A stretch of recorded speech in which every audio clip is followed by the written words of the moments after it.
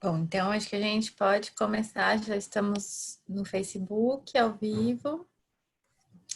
Bom dia a todos que estão acompanhando. Muito obrigada pelos nossos palestrantes que estão aqui. Eu vou apresentar eles para todo mundo.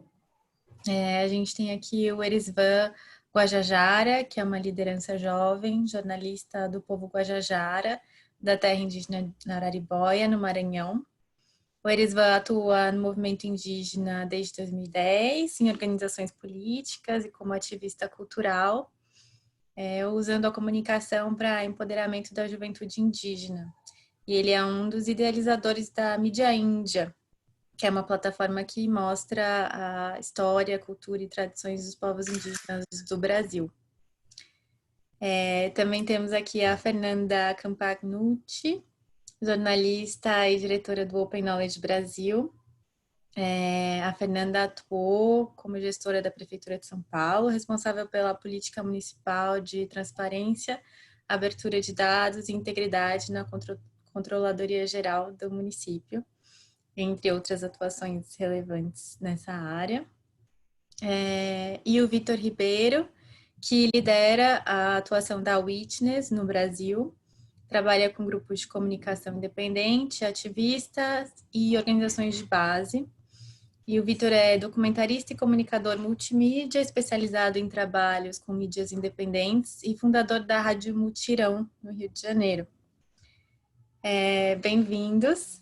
A gente está aqui hoje para falar um pouco do contexto na Amazônia, dos povos indígenas e comunidades locais que vivem hoje uma ameaça dupla, junto com as invasões de territórios e ameaças às violações de direitos humanos que eles vivem constantemente, agora também com a ameaça da chegada do coronavírus em suas aldeias.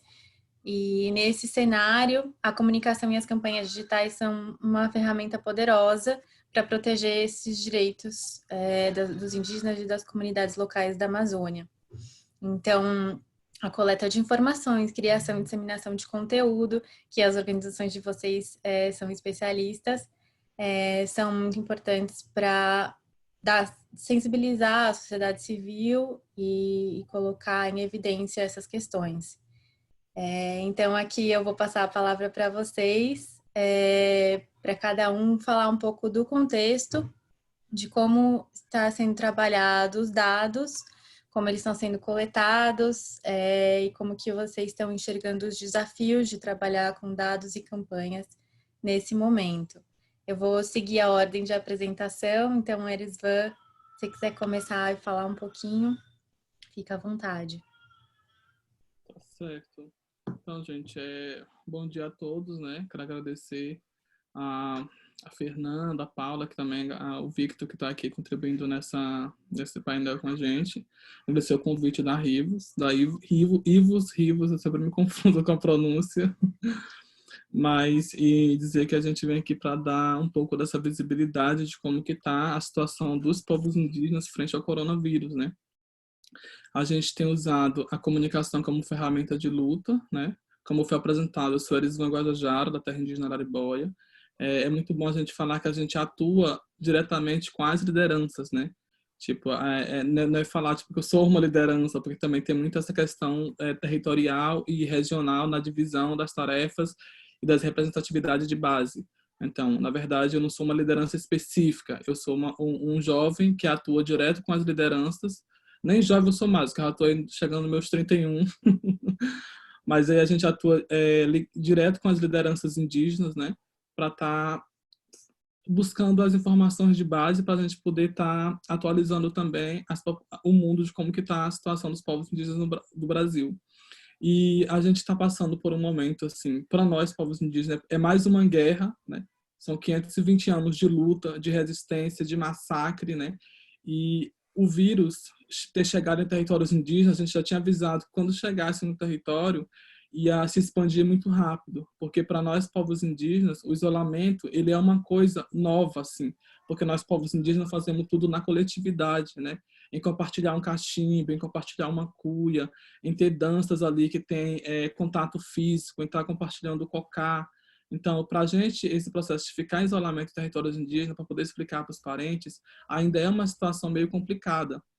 E a gente tem já números de parentes que já estão com Covid-19, né? A gente tem acompanhado isso muito de perto, com dados, conversando com as organizações de base, com as lideranças, e diretamente com a COIAB, que é a Coordenação Indígena da Amazônia Brasileira, com a PIB, que é a Articulação dos Povos Indígenas do Brasil. Então, a gente está ali o tempo todo em contato, alinhando como que está esse processo nos territórios indígenas. E, ao todo, a gente já tem um número atualizado, que já foram 10 óbitos, né, 10 óbitos de indígenas que já foram mortos pela Covid-19, mas a própria CESAI, ela não contabiliza os indígenas que vivem em contexto urbano. Então, é muito bom a gente ressaltar isso, né, que é preciso que a CESAI tenha um atendimento igualitário para todos, porque nós indígenas, não é porque a gente sai do nosso território que a gente deixa de ser indígena. Às vezes a gente sai por necessidades de buscar estudos, de buscar melhoria ainda para poder retornar para a comunidade. Então, a CESAI ela não contabiliza esses números de indígenas que estão em contexto urbano. Para a gente é um descaso total, né? Está estampado aí um descaso total de não querer respeitar também essa origem indígena, porque o sangue indígena ele corre em nossas veias, independente do lugar que ocupamos. E temos um número hoje, né, total, dentro dos casos que já tem em todo o Brasil aí, de parentes, né, e tudo, a gente está contabilizando direto em tempo real o que está acontecendo, né, e você só ver aqui, confirmar direitinho, a gente tem hoje indígenas com suspeita, né, de ter coronavírus, 20 indígenas que estão com suspeitas e 42 indígenas contabilizados que já estão com Covid-19. Então, todo dia a gente recebe uma informação nova, todo dia chega uma demanda nova de qual comunidade que está, e a gente está anotando isso especificamente bem em uma planilha, organizando direitinho. A gente também não está divulgando o nome por respeito às comunidades, respeito também às lideranças que não querem ter seus nomes divulgados, né? Mas a gente está aí compactuando e conversando diariamente com essa população indígena. E também falar, gente, que a gente está usando a comunicação das redes, a gente tem feito muitos cards, muitos vídeos falando como que os parentes podem se proteger, como pode combater o coronavírus, né? Isso tem repercutido muito. A gente tem usado os podcasts, que são, a gente grava podcast e manda em grupos, publica nas redes, que é para estar dando uma visibilidade que possa chegar nos territórios indígenas podcast para ser transmitido através de radiofonia, né, para dar um pouco também para que os parentes possam entender. A gente vai começar agora a produzir essa questão de pedir para os parentes ficar em casa, porque realmente é uma coisa séria, é uma coisa que estamos passando muito séria, através também da língua materna. A gente vai começar agora esses videozinhos de estar produzindo, né, respeitando cada povo. Nós estamos 305 povos, são mais de 274 línguas faladas, e a gente vai tentar aí buscar o máximo de pessoas para gravar esses vídeos na língua do seu povo, e a gente está divulgando também para que os parentes possam entender e compreender que é necessário esse isolamento, é necessário a gente ficar nas aldeias, ficar em nosso território, porque a gente vai estar assim protegendo as nossas vidas e protegendo os nossos territórios. Muitas comunidades indígenas fizeram barreiras na entrada de seus territórios, né? Fizeram cerca para que não entre, só entra mesmo em caso de urgência e só entra carro da CESAI, que pode ter algum atendimento de emergência. E isso a gente tem divulgado muito isso, mas também a gente acaba tendo aí um grande problema, porque o atual governo, né, ele está aí pregando que as pessoas saem da aldeia. A gente está super assustado com a FUNAI mesmo, que é o órgão que está para proteger vidas ali, e está publicando cards, eles publicaram uns cards que eu achei um absurdo, pedindo para os parentes não interditar a aldeia, para melhorar a economia brasileira. Então, para a gente é muito assustador esse governo que prega, né, que sempre pregou esse ódio referente aos povos indígenas. E quando ele luta, pede o não isolamento, ele afeta diretamente também as nossas vidas, porque nós, povos indígenas, estamos interditando as entradas de pessoas dentro do território. E muita gente vai seguindo o que esse atual presidente está falando. Então, para a gente é constrangedor, muito problemático, e estamos correndo um grande risco. E a gente deve contabilizar, e falando mais um lado também, que a CESAI precisa contabilizar esses indígenas, né, que vivem em contexto urbano, e também ter a preocupação com os povos isolados, porque a entrada de madeireiros, garimpeiros e grileiros tem se multiplicado muito em territórios indígenas. Agora a comunicação está toda ligada, né, em estar noticiando a Covid-19 nos territórios e está caindo no esquecimento essa entrada que tem nos territórios indígenas. Então, lideranças indígenas estão sendo brutalmente assassinadas. Aqui no Maranhão teve o caso do Zezico Guajajara, que foi uma liderança assassinada aí. Ontem parece que prenderam 2 suspeitos do caso. Mas então a grande mídia ainda não está dando essa atenção mínima. É bom a gente também ligar e ganhar esses espaços também nos veículos, né, a nível nacional, os veículos que estão aí, porque quando morre um parente, a imprensa cai em cima. Parece que quer noticiar primeiro aquela coisa que todo mundo fica ligando. Mas também a gente quer focar nessa questão de proteção territorial, porque a entrada de madeireiros aumentando, os povos isolados eles correm um grande número ainda também de estar contabilizando, de estar adquirindo a Covid-19, né? Porque eles estão sendo cercados ali na mata, que os povos isolados eles não querem contato com ninguém, e com a entrada de madeireiros nos territórios, eles também a gente tem essa preocupação de eles adquirir o vírus, e claro, é um povo que não quer contato, está em isolamento ali, e a gente fica nesse contexto também, está cobrando das autoridades essa proteção territorial dentro das aldeias, das comunidades indígenas. E a gente vem usando essa ferramenta como a comunicação como uma ferramenta de luta, de dar visibilidade, e você pode acompanhar as redes da mídia índia, da COIAB, da APIB, da mídia Ninja também, que tem sido uma grande parceira com a gente aí, em estar dando visibilidade, ajudando a gente a fortalecer essa comunicação, e que as pessoas possam entender que o isolamento é preciso, e que vidas indígenas importam.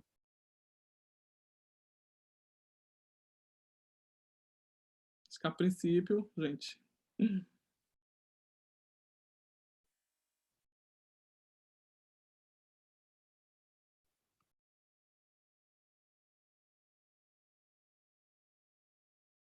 Foi? Estão me ouvindo, gente? Sim, tá te ouvindo. Tava desmutando aqui. Obrigada, Erisva, pela sua fala. Vamos seguir aqui com a Fernanda também para falar um pouco das iniciativas do Open Knowledge, principalmente no recorte ali da Amazônia.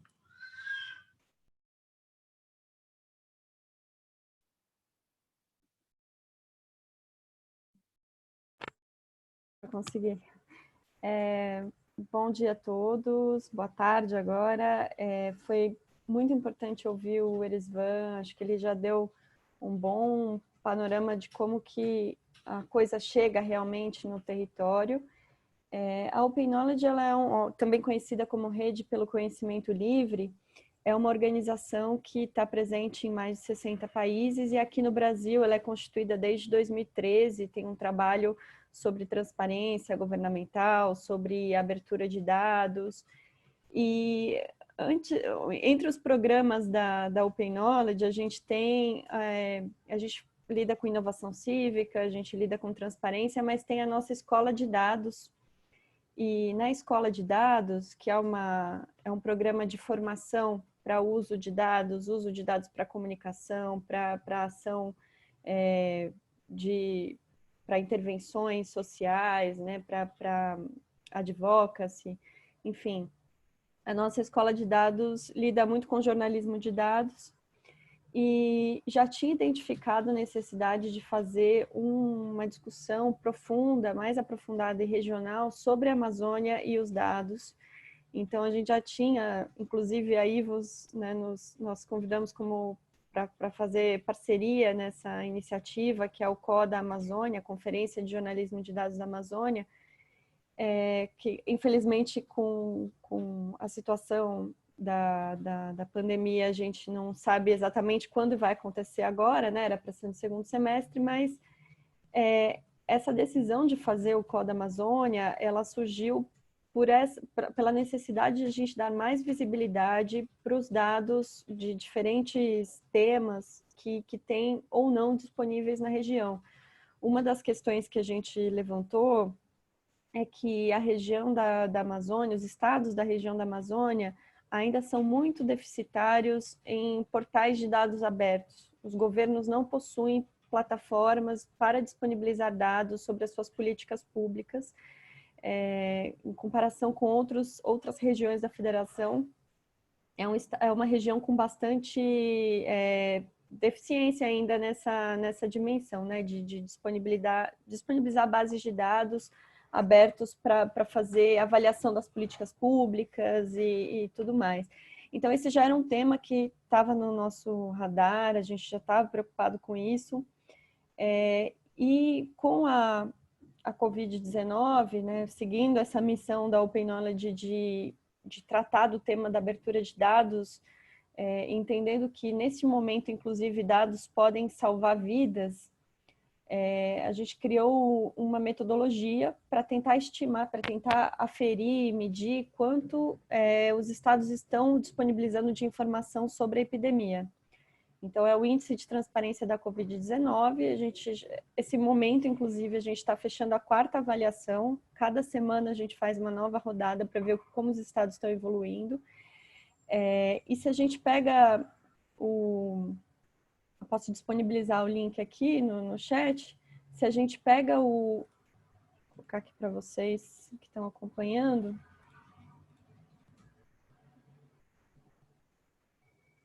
Coloquei ali no chat.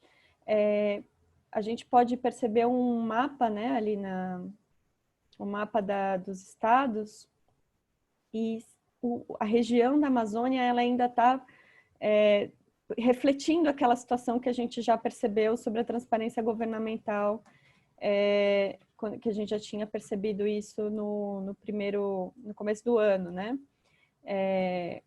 A gente pega o Amazonas, por exemplo, até essa última avaliação, agora vai mudar um pouquinho, né? Hoje, a partir da tarde, a gente vai divulgar os novos resultados, mas o Amazonas está com um nível médio de transparência, 48 pontos de 100, o Tocantins,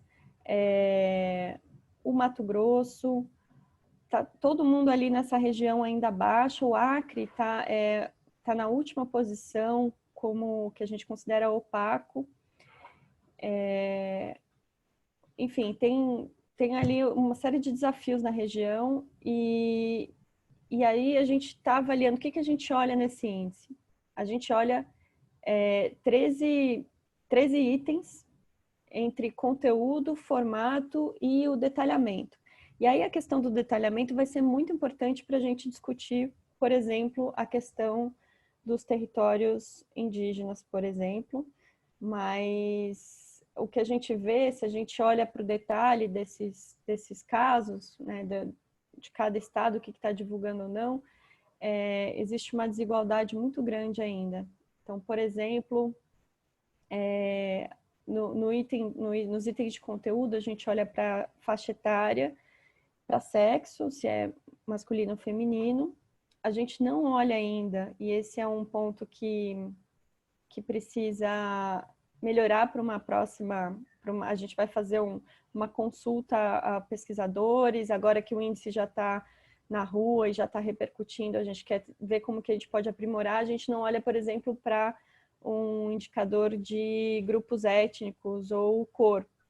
E isso porque a gente percebeu que nos formulários de notificação isso não existia, o dado não é coletado, né? Então, inicialmente, a gente não pediu dos estados, mas já tem um movimento, principalmente o movimento negro, tem feito essa discussão de que é preciso colocar também um indicador de cor, porque a doença pode estar impactando de forma diferente a população.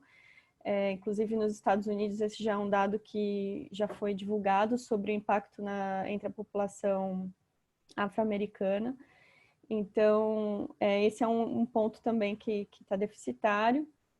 E aí tem outros detalhes, por exemplo, a taxa de ocupação de leitos, detalhes sobre a infraestrutura de saúde, a taxa de ocupação de leitos. E aí quando a gente olha para isso seria muito importante olhar por município. E quando a gente olha para a situação do Amazonas, por exemplo, é muito preocupante porque o Amazonas tem leitos de UTI somente em Manaus.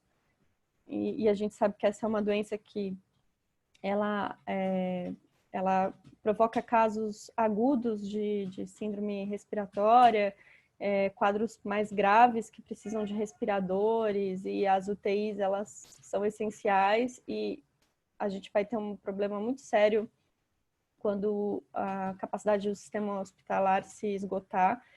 Então, esse é um outro tipo de dado que a gente já vinha batendo na tecla de que ele tem que estar disponível e não está ativamente disponível. E nesses momentos de crise é quando isso fica ainda mais, a importância disso fica ainda mais evidente. Os estados que já tinham uma política de transparência, por exemplo, o Ceará, já estavam trabalhando numa política de transparência dos dados do SUS, já saem na frente porque conseguem mais rapidamente se organizar. Então, é muito importante que os estados desenvolvam essa capacidade.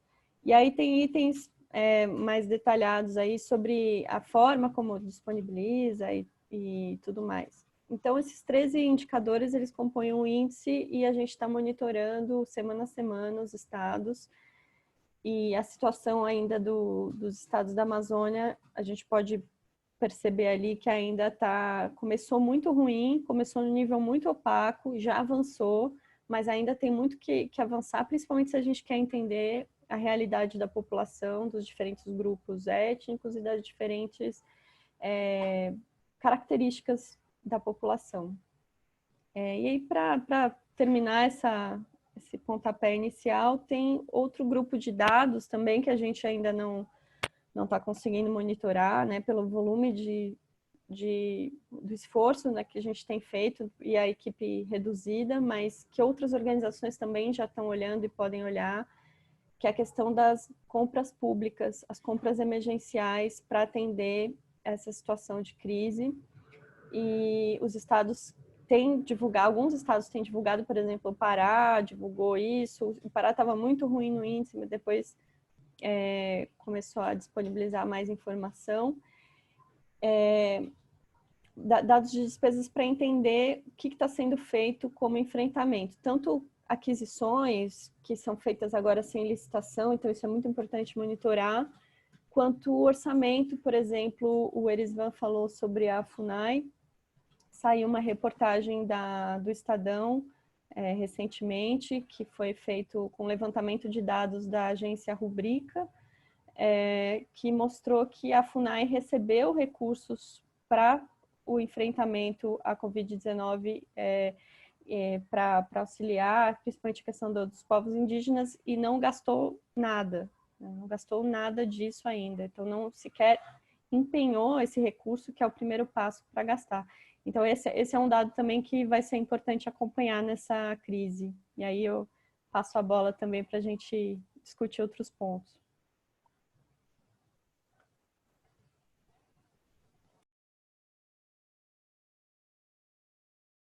Obrigada, Fernanda, pelo pontapé dessas informações. Passar agora para o Vitor, continuando aqui as apresentações de contexto.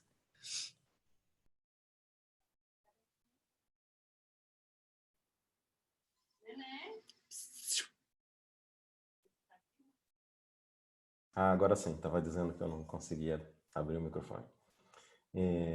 Boa tarde a todos e todas.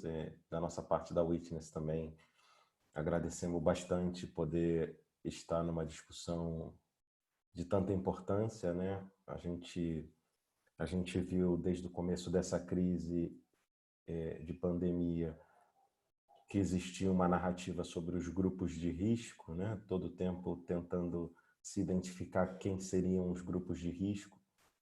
E, na verdade, a gente já está mais do que claro que o grupo de risco são as populações que sempre estiveram em risco, né?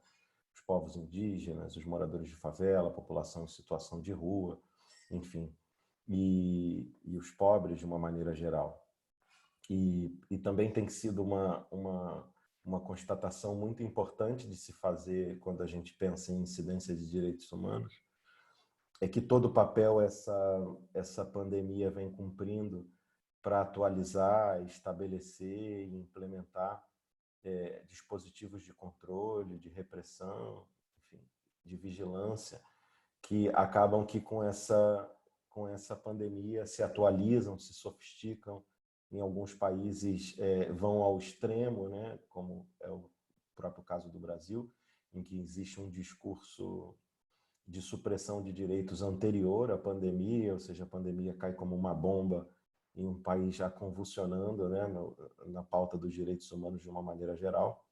Então, a gente trazendo um pouco para a colaboração que a gente, como Witness, pode fazer essa conversa. A Witness é uma organização de atuação global que trabalha com a perspectiva do uso do vídeo e da tecnologia, de uma maneira geral, para a defesa de direitos humanos. Quando a gente fala sobre o uso do vídeo para a defesa de direitos humanos, estamos falando de todas as formas de vídeos possíveis, desde isso mesmo que a gente está fazendo aqui, né, se mobilizar, conversar e transmitir. É uma experiência audiovisual de incidência também, né, pela informação, pelo conhecimento, pela defesa de direitos. E vários outros vídeos, como esses espontâneos que a gente vê circulando pela internet, viralizando, que são filmados pelo celular da própria população. Muitas vezes os principais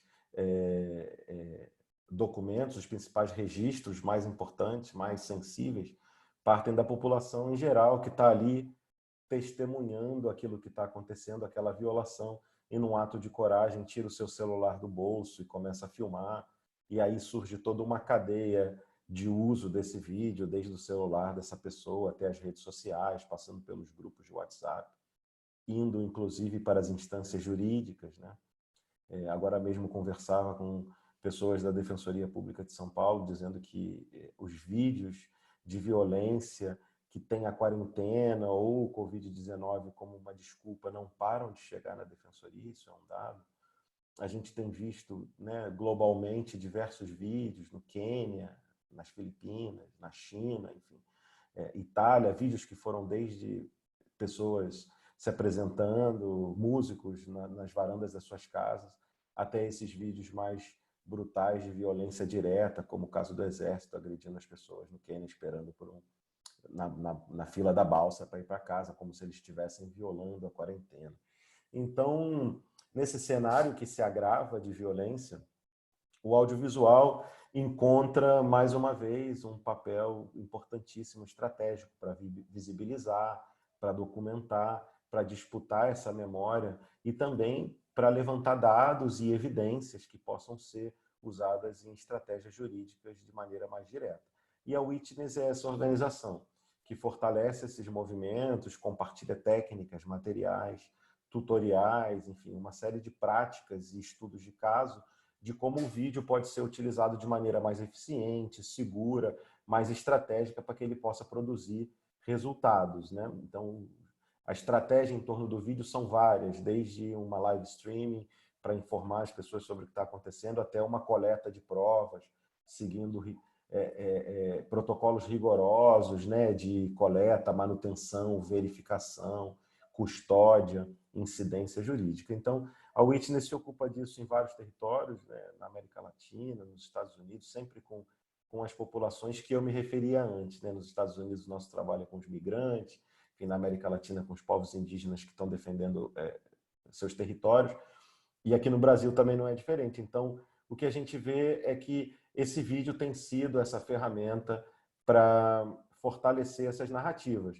Então, a Witness, como uma espécie de resposta global, articulada com todos os coordenadores de programa em suas regiões, né, no Oriente Médio, enfim, África, conversou, elaborou e levantou casos, vídeos, materiais, tutoriais, guias, que são bastante úteis para a gente pensar no uso do vídeo para a incidência de direitos humanos agora.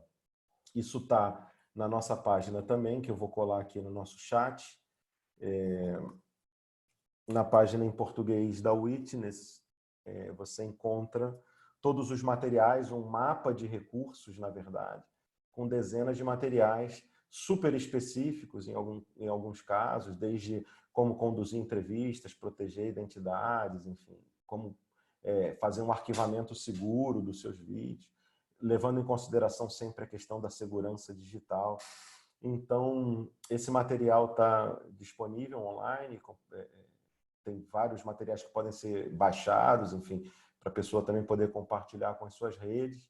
E a gente também tem outros conteúdos que vem compartilhando no sentido de ajudar os ativistas da comunicação, os defensores de direito, a também compreenderem como podem produzir vídeo, inclusive em um momento de de distanciamento social, que as pessoas simplesmente não podem se encontrar.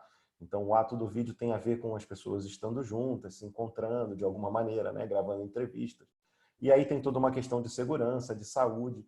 Então, esse conteúdo da Witness leva em consideração todas essas questões, desde as questões de saúde básicas de quem está aí, né, se expondo nessa situação, né, e de maneira nenhuma estimulando as pessoas a irem à rua com as suas câmeras, filmar, mas principalmente dizendo, bom, se você é uma testemunha, porque dentro da sua comunidade, dentro do seu território, dentro da sua favela, isso está acontecendo, a iniciativa de tirar o celular e gravar é uma coisa que já acontece espontaneamente. Então, esses recursos estão disponíveis aí. A gente vai distribuir alguns outros conteúdos também relacionados a esse enfrentamento da pandemia com o uso do vídeo, pensando em como se visibiliza também a história da condição dos trabalhadores, de saúde, enfim. E aí, finalizando essa primeira abordagem aqui da nossa participação nessa discussão, com a questão dos povos indígenas, a situação fica mais agravada ainda. Como o Erisvan citou, né, a CESAI está super sucateada, já vem passando por um processo de disputa política já de antes, e agora, com essa situação, o que a gente tem visto, né, de maneira geral, é que os territórios que seguem, que tentaram se isolar na mata, ou fizeram seus bloqueios, como Erisvan disse, seguem sofrendo com a incidência de madeireiros ilegais, enfim, pessoas que invadem o território de maneira ilegal e que, por fim, encontraram nesse momento um cenário ainda mais favorável, porque os povos realmente estão isolados e certamente sem o apoio das organizações que comumente estão incidindo nesses territórios, os professores das escolas, pessoas que entram e saem do território e portam essa mensagem do que está acontecendo. Então, nesse contexto, para os povos indígenas que estão isolados e que, enfim, e que de alguma maneira estão organizando suas próprias medidas de contenção, é muito importante que estejam atentos e que estejam seguindo algumas práticas básicas de uso dessa comunicação, de uso do vídeo para documentar essas violências. Então, seja mantendo os arquivos originais, gravando os vídeos com um enquadramento que seja possível que as imagens contenham contexto daquilo e não manipulando algumas evidências que são encontradas, enfim, uma série de protocolos que a gente coloca nas nossas listas de materiais que certamente serão úteis. Então a Witness tem se colocado, né, o nosso trabalho junto aos nossos parceiros aqui, parceiras no Brasil e no mundo todo, a gente tem se colocado à disposição para entender, ajudar e fortalecer esse uso do vídeo, seja para documentar, né, as violações que estão acontecendo ou que se agravaram em contexto de pandemia, mas também para fazer essa mensagem, enfim, romper as fronteiras, chegar a outros públicos, né, e contar histórias que importam dentro desse contexto de pandemia e estado de exceção que todos nós estamos vivendo.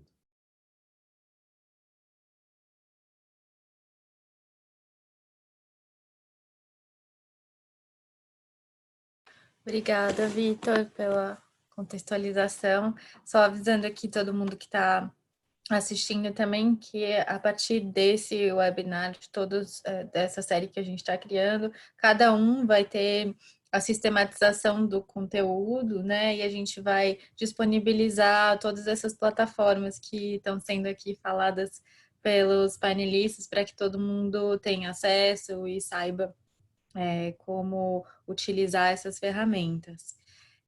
Vou aproveitar essa deixa, a Fernanda colocou aqui o link da matéria que saiu sobre o não uso dos recursos disponíveis para a FUNAI.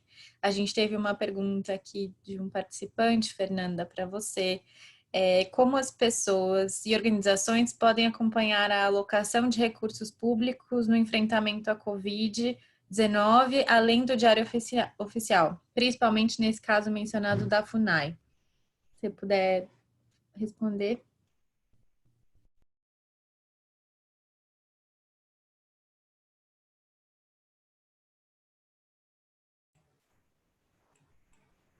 Bom, acho que agora desmutou, né? Estão me ouvindo? Então, esse é um desafio pela complexidade de, já naturalmente, que a gente tem de acompanhar o orçamento público. o orçamento público em si já é um tema complexo, né, tecnicamente, porque tem categorias de gasto, tem as fases, empenho, reserva e depois a liquidação, enfim. Normalmente a gente já fala sobre isso, a gente já fala sobre a importância de ter um governo aberto, um governo que disponibilize a informação de uma forma mais acessível. Mas, enfim, como estamos nesse momento e precisamos fazer esse tipo de ação, essa matéria que eu citei foi feita com base em informações públicas do Sistema de Execução Orçamentária. Tem o Portal da Transparência do Governo Federal, então, que dá para a gente olhar duas coisas. A gente pode olhar o orçamento em si, o orçamento que é a previsão de gastos que o Estado tem, que cada órgão tem alocado, previsto, né? Então, existe um orçamento inicial, esse recurso pode ser contingenciado, pode ser congelado, pode ser retirado dali, e ele pode ser reservado, ou seja, empenhado para fazer uma compra, uma licitação, uma aquisição, e aí ele já está, como dizendo assim, prometido para fazer aquele gasto, né? Já é uma indicação de que aquele gasto está em processo de ser realizado, então já é uma forma de olhar. E no portal da transparência, a gente consegue olhar para esses números gerais, a gente consegue olhar para a ação orçamentária. O governo federal fez uma iniciativa interessante do ponto de vista da transparência, que foi criar uma ação orçamentária específica para a Covid. Então, você consegue olhar para tudo que tem aquela tag, né, aquele código, e olhar para toda aquela ação orçamentária, todo mundo que está previsto naquela, está reservando gastos para aquela ação orçamentária. Mas isso não significa que é o total de recursos gastos, né? E aí, enfim, essa é uma forma de ver. Aí os estados e municípios não fazem isso, não fizeram isso ainda, não conheço a realidade de todos, mas é muito difícil que eles tenham feito também, acho que vale olhar. Então, eu diria que o caminho é olhar para esses órgãos, para órgãos de interesse específico, né? Para olhar o gasto daquele órgão. Então, obviamente, o da saúde teve um reforço, mas a gente falou, por exemplo, aqui do caso da FUNAI, né, que tem um interesse específico aqui na discussão. Então, tem essa forma de olhar no orçamento para órgãos, olhar para eventuais transferências de recursos que o governo federal possa estar fazendo.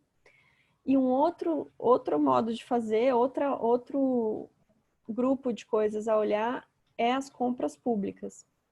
E aí também, existe uma discussão aí para tornar isso obrigatório, mas na lei de calamidade pública já tem a previsão de que esses gastos sejam divulgados. Então, gastos que são feitos agora, comprar equipamento de proteção individual, comprar respiradores, tudo que for testes, enfim, isso tudo está sendo feito sem licitação, né? Está sendo feito de uma maneira emergencial, então, eu preciso ter mais transparência. Então, além das formas habituais de publicar esse tipo de compra pública, também os estados estão destacando isso nos seus portais, compras específicas para a Covid-19. Acho que vale ficar de olho ali nos sites sobre o coronavírus para essas compras específicas. Cobrar que os estados e municípios divulguem os contratos na íntegra, porque não é uma realidade também do país. Hoje você consegue olhar os do governo federal, alguns estados você consegue olhar também o contrato daquela compra na íntegra, e olhar para, enfim, para os diários oficiais seria realmente a última opção, a mais difícil. Na Openology a gente tem um projeto chamado Querido Diário, que busca automatizar essa procura por palavras-chave, né, construir robôs para olhar para isso, mas é tecnicamente também muito complicado e a gente está estudando a melhor forma de fazer. Mas, enfim, tem esse conjunto. Já não era um tema fácil de seguir antes da pandemia. Agora, com uma pandemia instalada, a transparência governamental tende a se complicar, porque os gestores, os funcionários públicos também estão em quarentena, enfim. Então, é um momento que a gente tem que ter mais alerta e cobrar mais para conseguir controlar esse tipo de gasto e de política pública, né?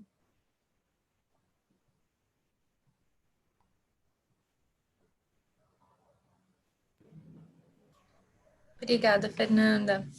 É um labirinto, né, para procurar esses dados de origem pública, realmente. Eu tenho uma pergunta aqui para o Vitor. Vou ler aqui na íntegra. Vitor, você também é cofundador da plataforma Bombozilla. Você poderia falar um pouco mais sobre a série Na Fila do SUS, com foco no episódio sobre os povos indígenas? Com certeza. De fato, também integro essa iniciativa, que é uma plataforma de documentários independentes com esse tema de direitos humanos.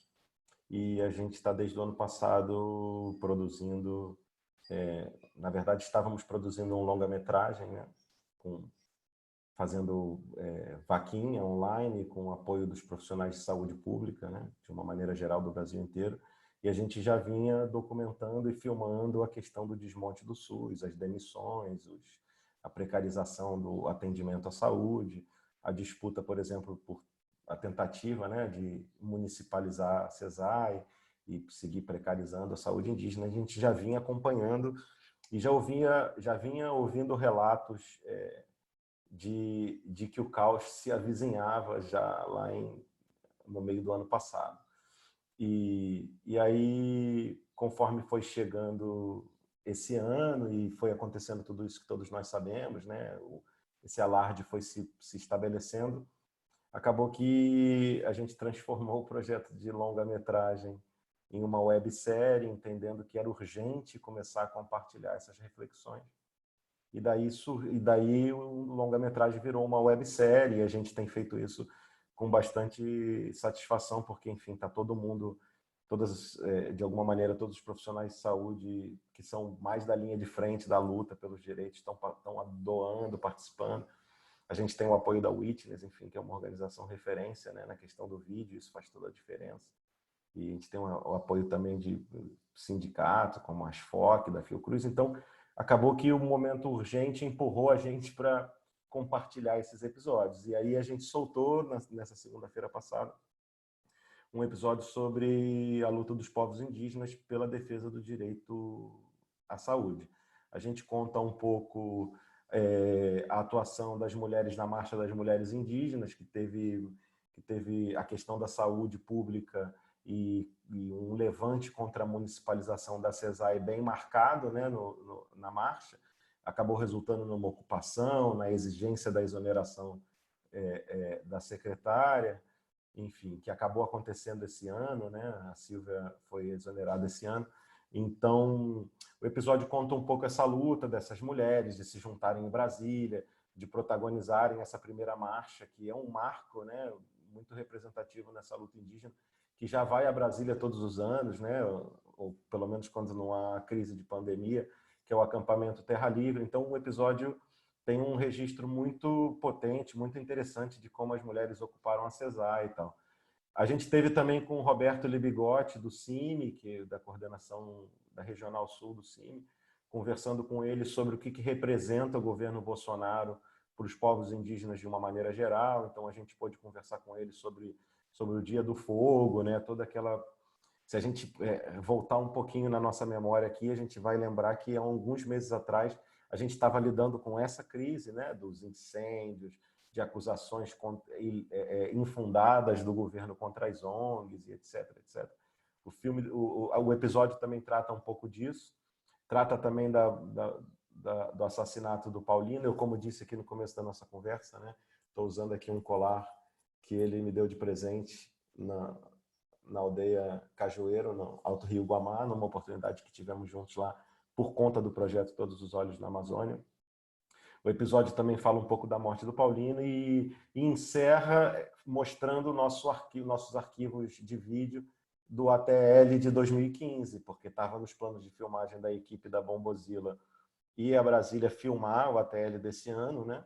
E aí, obviamente, o ATL acabou virando uma convocação mais online. Enfim, acredito que o Erisvan vai falar aí depois um pouco mais sobre o Abril Vermelho e tudo isso. E aí a gente, obviamente, não teve que cancelar essa filmagem em Brasília, só que a gente tem esses arquivos de 2 anos de ATL que a gente já filmou e a gente acabou usando isso como uma homenagem, enfim. É um episódio que a gente teve participação de várias pessoas, enfim, a gente recebeu áudios de indígenas que, infelizmente, não puderam se identificar pelas denúncias que fazem.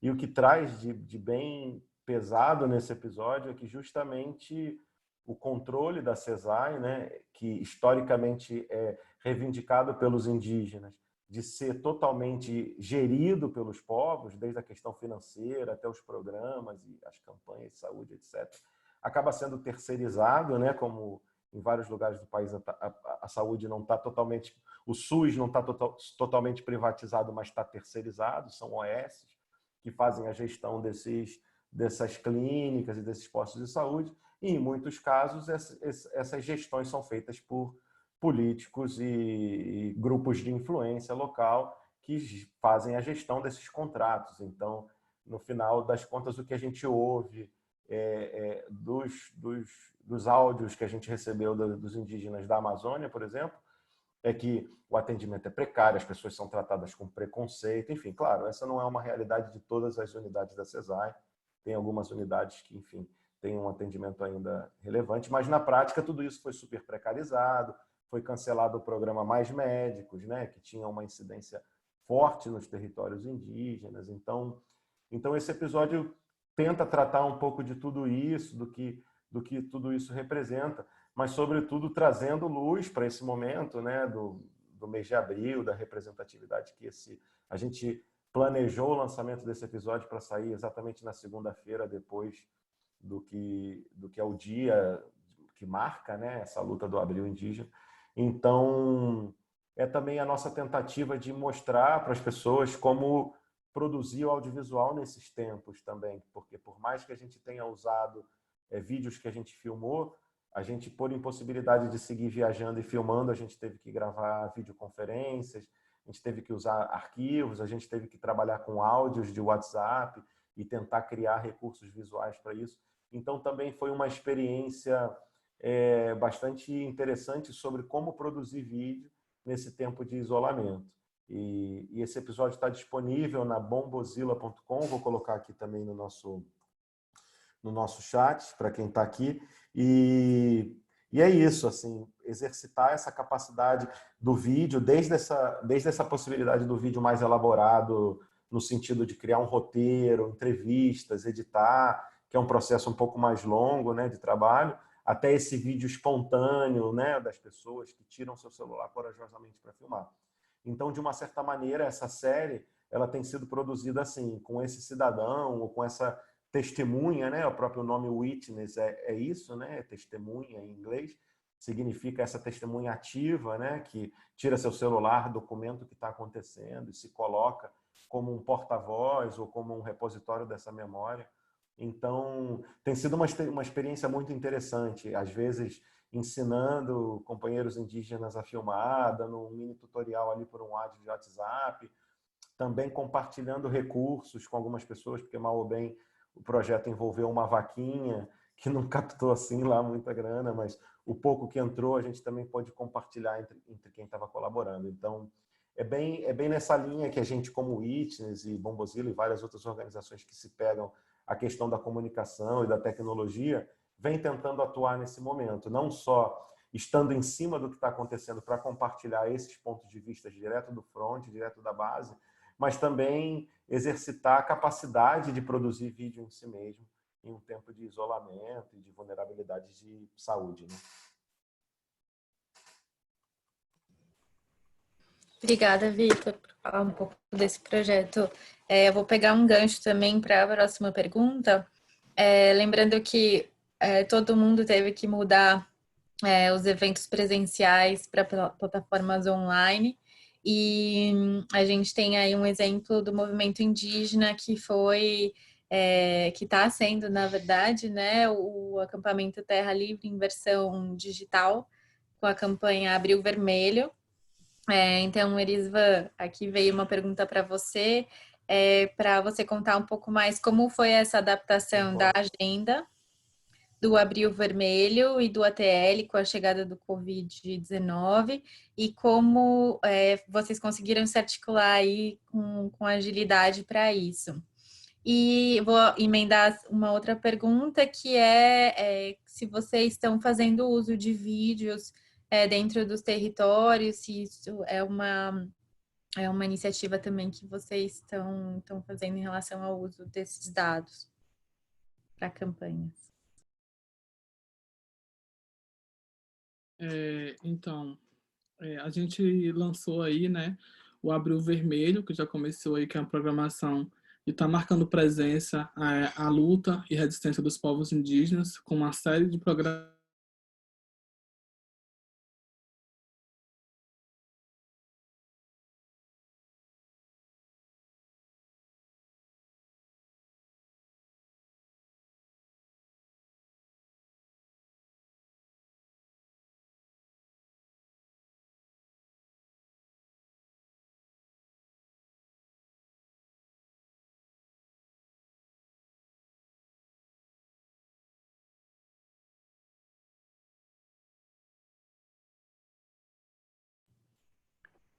Gente, acho que a gente perdeu o Erisvan. Achei que o problema era meu.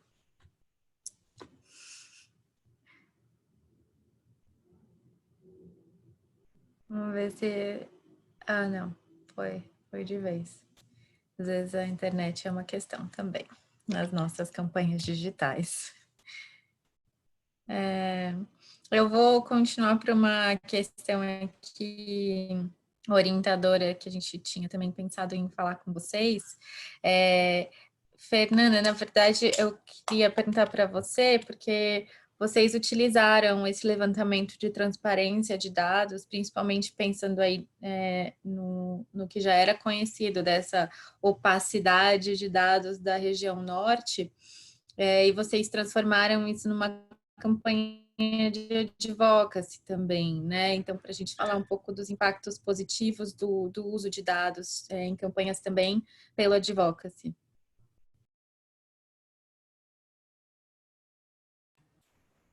Esse é um tipo é um meta-uso de dados, né? A gente usou dados para falar sobre a falta de dados, porque geralmente a gente pode fazer críticas, claro, a falta de opacidade, a falta de divulgação, né? A opacidade dos estados, mas fica muito difícil de comparar um com o outro. Então, há críticas a rankings em outras situações, eu mesma sou crítica de rankings em várias situações, mas esse tipo de parâmetro que a gente estabeleceu permitiu comparar os estados e permitiu mostrar para alguns estados que era possível chegar mais longe, né, abrir mais dados, porque outros estados já estavam fazendo isso. Então, por exemplo, a gente tem São Paulo ou Rio de Janeiro, que são epicentros da crise, onde a maior parte de casos está, que ainda não estão no nível de transparência que outros estados já estão, como, por exemplo, Pernambuco, Ceará e Espírito Santo. O Espírito Santo foi um caso que passou da penúltima para a segunda posição, após uma semana, também mostrando que algumas ações simples, como disponibilizar uma base de dados com que o Estado já trabalha internamente, podem fazer avançar muito. Então, mostrar isso em forma de um indicador, mostrar isso semana a semana também, não é uma informação estática, porque a gente quer que melhore, então semana a semana a gente vai atualizando e mostrando a evolução e valorizando aqueles que estão abrindo, é uma forma de tornar tornar possível a transparência, né? Claro que não é aqueles que estão chegando no índice de 100, daqui a pouco, né, Pernambuco, será? Não quer dizer que eles estejam no suprassumo da transparência, mas eles estão divulgando já uma quantidade razoável de dados para a gente fazer uma discussão aprofundada. Então, a gente teve essa estratégia de incidência, que na minha avaliação foi muito positiva e tem sido muito mais interessante do ponto de vista da melhoria da política pública do que entrar, por exemplo, com uma ação judicial, que é uma possibilidade também. A litigância, em alguns casos, a gente usa e outros atores estão usando, mas nesse caso a gente teve um passo anterior, que foi mostrar a situação mais detalhadamente, mais objetivamente, né, independente da situação política do Estado. A gente mostrou comparativamente como que os estados estão se comportando. E isso dá muita força para o discurso público, né? Acho que valoriza muito ser objetivo, valoriza muito a instituição, a proponente, quem está fazendo a discussão, como um ator para essa discussão. Então, é algo que costuma funcionar em campanhas de incidência, esse tipo de parâmetro de ranking, né?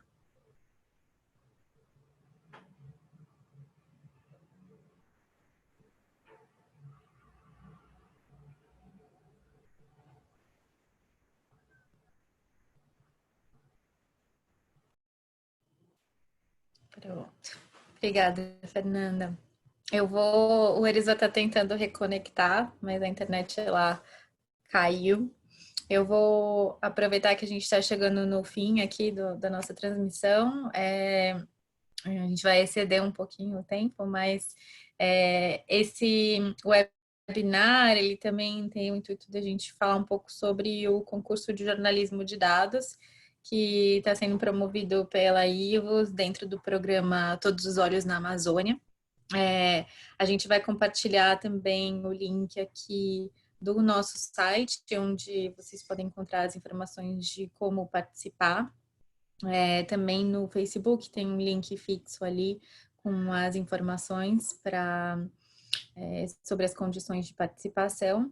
O concurso, ele tem a data aí de encerramento em 1 de agosto, já está rolando, né? Então, os tópicos para que os jornalistas participem são proteção contra a violação de direitos humanos e direitos indígenas, o Acordo de Escazú, aí falando da questão da transparência de dados ambientais, o uso de tecnologia para proteção de território, conservação da natureza e da biodiversidade, desmatamento e degradação gerados por atividades extrativistas, agroindustriais, perto aí dos territórios indígenas, e histórias e estratégias inovadoras de jovens indígenas e lideranças locais na Amazônia para a proteção territorial, e o papel e relacionamento das mulheres na proteção territorial das florestas da Amazônia e na proteção dos direitos indígenas.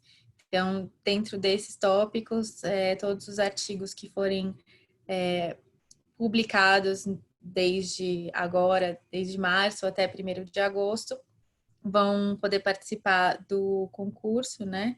E a notificação dos vencedores vai ser feita dia 15 de agosto. Os prêmios para quem participar e para quem ganhar são a tradução e ampliação do conteúdo pelos canais do programa Todos os Olhos e todos os seus parceiros. É uma coalizão de 30 parceiros, né, nacionais, entre Peru, Equador, Brasil e internacionais. E uma visita a campo à Amazônia peruana, que está suspensa devido à pandemia, mas a gente faz parte dos prêmios, então em algum momento ela vai acontecer. E o prêmio em dinheiro para o primeiro lugar, que é $1.500, e para o segundo lugar de $1.000.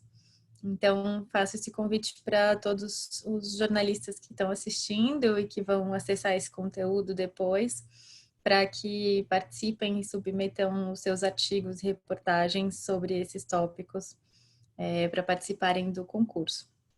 Então, O Erisvan não voltou ainda e eu vou encaminhar aqui para o fechamento.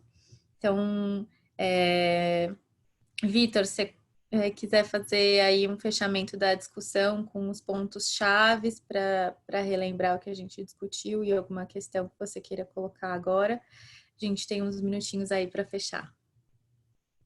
Quero, assim, só reforçar o nosso convite para quem está participando desse webinário, visitar a página da Witness, português.witness.org, está aqui no chat, está lá no chat, nos comentários do Facebook também.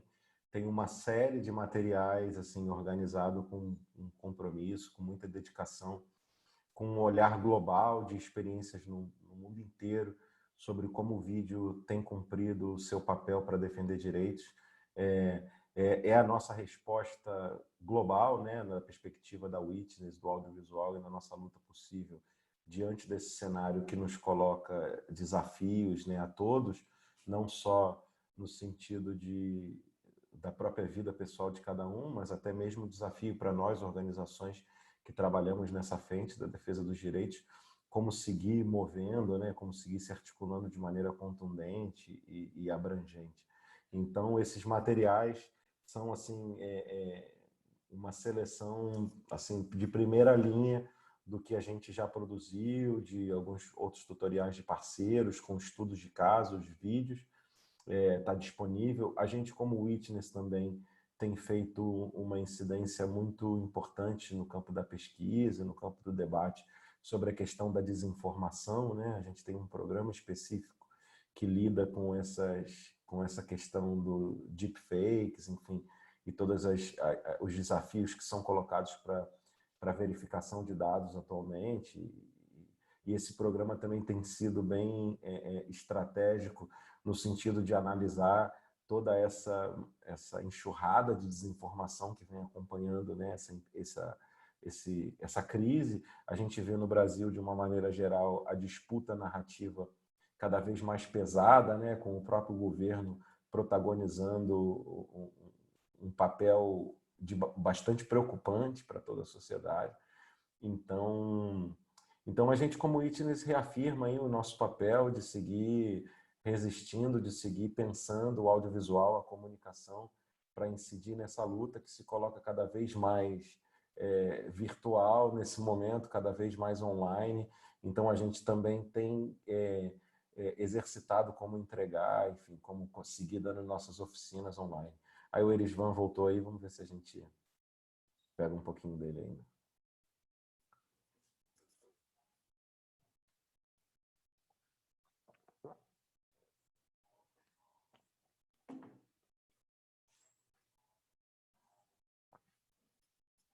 Não voltou.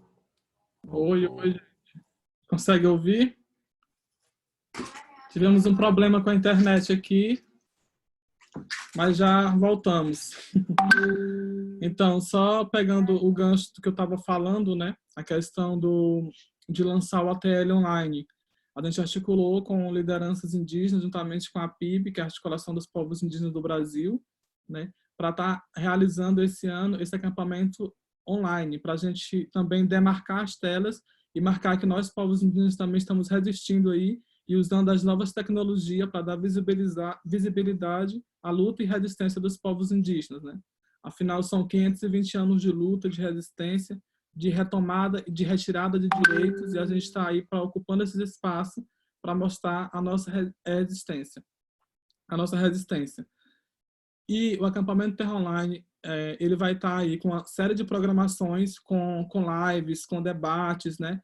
Com temas voltados mesmo para a juventude, para assassinatos da Covid-19, falando do desmatamento, vamos falar de LGBTs indígenas. Então, vem uma série de programação que a gente está finalizando ela. A gente deve estar divulgando ela no final do dia de hoje já, todas as redes vai estar aí, como que vai ser os horários, como é que vai ser, quem é que vai participar, como é que vai ser o tema abordado, né?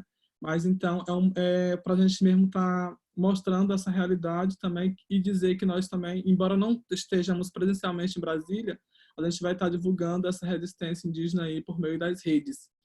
E vai ter debates, vai ter canto, vai ter música, vai ter muita programação aí para que a gente possa estar somando junto e dando visibilidade. A gente vai transmitir em todas as nossas redes, né? A Mídia Índia está aí atuando diretamente junto com as lideranças indígenas, juntamente à COIAB, juntamente à PIB, que a gente está andando junto com as lideranças, trabalhando tudo na coletividade, mostrando que por muito tempo fomos calados, fomos tutelados, e agora a gente está aí mostrando essa outra história, contar uma nova história, né? A verdadeira história brasileira, que a grande mídia hoje não conta, a gente está usando através da tecnologia, mostrando que nós mesmos podemos ser protagonistas da nossa própria história. E através desse espaço do ATL Online, a gente vai estar aí repercutindo essa força, né, em proteção territorial e denunciando também a série de ataques indígenas que tem acontecendo nos territórios indígenas. Recentemente, se vocês devem ter acompanhado, saiu o relatório da CPT, né, que fala aí da violência dos povos, que foram 244 ocorrências de conflito por terra, 20% do total, e nesse 20% total, 9 indígenas foram assassinados. E sendo desses 9 indígenas, 7 foram lideranças indígenas. Então, é para a gente também estar focando nesse número, porque, como eu falei no início, né, a comunicação está toda voltada para a pandemia. E a entrada de madeireiros e grileiros está muito frequente, tem se multiplicado nos territórios indígenas. E a gente vem aí para mostrar essa visibilidade e mostrar também para a grande mídia esse grande risco que os povos e as lideranças estão correndo nos seus territórios por ficar isolados, né? E por ter esse medo também dos madeireiros continuar entrando frequentemente, e essas ameaças que estão sendo frequentemente também referente à vida de lideranças indígenas. E a gente está com um site que a gente lançou também, que é o midiaindia.com, né, onde a gente vai estar também divulgando uma série de programações dentro do ATL Online. A gente fez um festival de fotografia que está disponível no nosso site. Vamos lançar um festival de vídeo também para mostrar o trabalho dos parentes indígenas, o que está sendo feito nessa quarentena em seus territórios, para dar visibilidade a esses talentos, né, que tem indígena que muita gente desconhece. E a Mídia Índia vem para dar essa visibilidade de trabalhos que tem feito, principalmente pela juventude, né, que está vindo aí também se fortalecendo muito e trazendo assim a força das novas ideias para o movimento indígena para estar contribuindo. E eu acho que é o momento da gente estar... Paulo, tu podia me lembrar da segunda pergunta que falaram, que eu também não me recordei.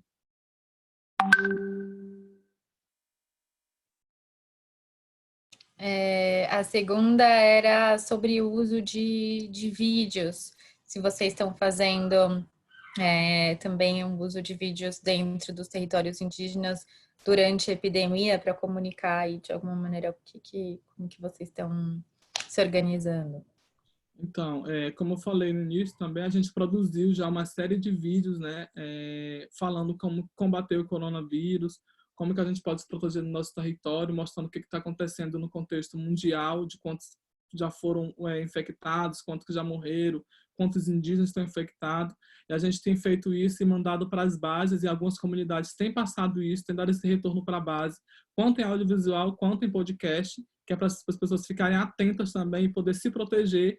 E também agora a gente vai lançar, dentro do acampamento Terra Livre, um momento de amostra de filmes online, onde será uma amostra de filmes voltados para a temática indígena, né, para estar divulgando durante o período do ATL Online também, divulgando os trabalhos dos parentes na época nesse período da quarentena, né, para que a gente possa também estar fortalecendo e estar passando mais informações para as comunidades e para o mundo, porque um dos principais problemas hoje dos territórios é a questão da alimentação, porque a maioria dos parentes vive do artesanato. Então, a maioria tem que ir para a cidade para vender artesanato, para poder manter a sua alimentação familiar.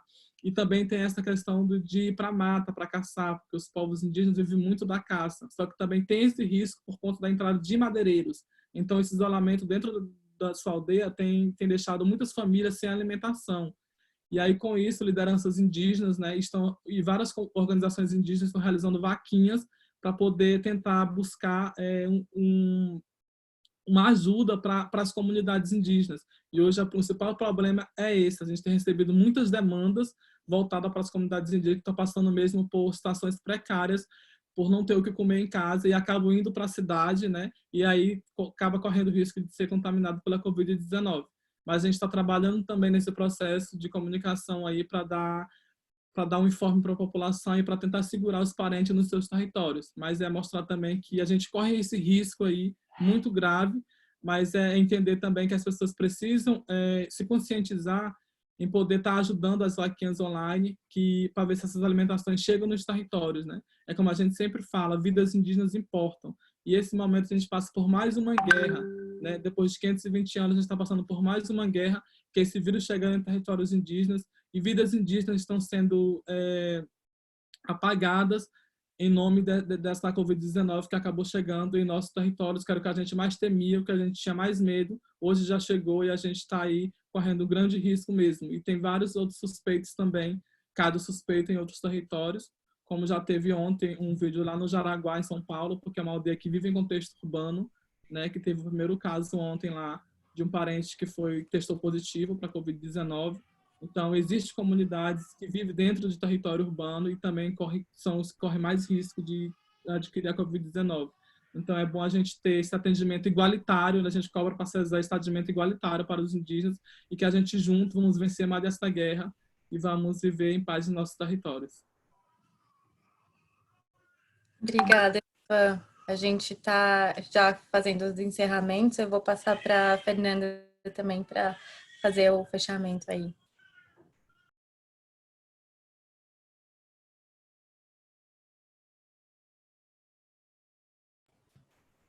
Oi, então, não queria agradecer a participação, o convite, ouvir vocês, reforçar que esse índice que nós estamos fazendo é semanal, que pode ser, que vai ser atualizado hoje ainda, que é importante acompanhar e cobrar dos estados e municípios. Alguns deles, inclusive, os órgãos de controle estão utilizando essa informação para fazer a cobrança na via judicial, como, por exemplo, o estado do Amazonas. A justiça já concedeu uma ação para o Ministério Público Federal no Amazonas, que entrou com um pedido de divulgação de informações a partir da discussão do índice. Então, é uma questão que a gente vai continuar acompanhando. Eu não cheguei a falar sobre esse ponto que o Vitor levantou, também gostaria de reforçar sobre a preocupação com a privacidade, ao mesmo tempo que a gente está falando de dados públicos, para disponibilização de dados públicos, a gente está vendo uma série de parcerias e de termos de cooperação sendo fechados entre companhias operadoras telefônicas e os estados sem transparência também, a gente não tem transparência sobre isso. E a questão das compras públicas também, nos próximos dias a gente pretende aprimorar isso, se tiver mais gente com vontade e disposição de apoiar. Tem uma organização que é a Transparência Internacional, que está liderando um processo também sobre isso, que é interessante acompanhar. E estamos aí à disposição também para seguir esse diálogo em outros espaços.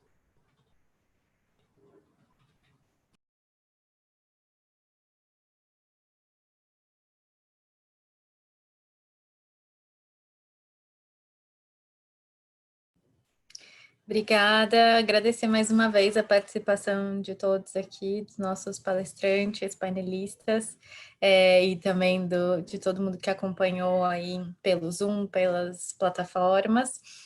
Lembrando mais uma vez que a gente vai deixar disponível todos os links e o conteúdo em geral do que foi discutido aqui no site da IVOS, do programa Todos os Olhos na Amazônia. Vou colocar aqui o link para vocês. E convidar todo mundo também a conhecer mais o trabalho da Open Knowledge, da Witness, do Mídia Índia e das plataformas que estão sendo criadas pelo movimento indígena, não só agora no #Abril Indígena, onde vão ter todos os conteúdos aí desse mês especificamente, mas acompanhando aí como que os nossos governantes estão fazendo também, estão abrindo esses dados, estão deixando eles disponíveis. Lembrando que dados e transparência é um direito também de todo cidadão poder acessar. Então, muito obrigada, gente. Pode abrir o microfone de todo mundo aí, Nora, para todo mundo também dar um tchau. E muito obrigada, a gente continua aí, disponível para qualquer informação para vocês, para parcerias, etc. Estamos aqui. E deixar o convite para a semana que vem, continua a série de webinars. Semana que vem a gente vai falar sobre a questão de saúde e das abordagens interculturais agora, principalmente nessa pandemia aí que a gente está vivendo. Muito obrigada, gente. Tchau, tchau. Tchau, Tchau, pessoal. obrigado. Até mais. Tchau, obrigado, até mais. Boa tarde. Boa tarde.